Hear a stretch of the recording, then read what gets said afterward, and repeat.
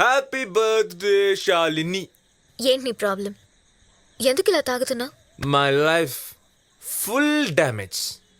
Raghuvaran failure. ఏమైంది? మా అమ్మ ఒక్కటిచ్చింది పెళ్ళుమని.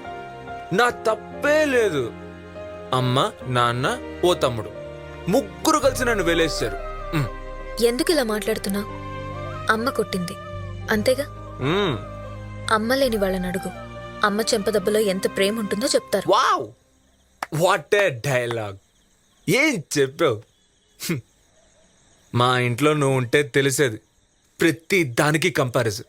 వాడు ఉద్యోగం చేస్తున్నాడు, నువ్వు ఉద్యోగం చేయట్లేదు. వాడు సంపాదిస్తున్నాడు, నువ్వు సంపాదించట్లేదు. వాడు కారు కొన్నాడు, నువ్వు కారు బొమ్మ కూడా కొనలేవు. నేను 10th చదివేటప్పుడు వాడు నాకంటే హైట్గా ఉండేవాడు. దానికి మా నాన్న ఏమన్నాడో తెలుసా? వాడిని చూడు పద్ధతిగా తిని ఎలా హైట్ అవుతున్నాడో, నువ్వు ఉన్నావు వేస్ట్ అని.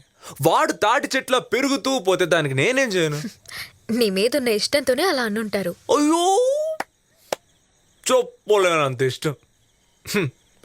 నీకేంటమ్మా, మీ ఇంట్లో నువ్వు ఒక్కతే కూతురువి. మరి నేను, మా ఇంట్లో పేరులో కూడా పార్షియాలిటీ తెలుసా? వాడికేమో హీరో పేరు కార్తిక్, నాకేమో విలన్ పేరు రఘువరన్. నాకు కార్తిక్ అంటే రఘువరన్ అంటేనే ఇష్టం.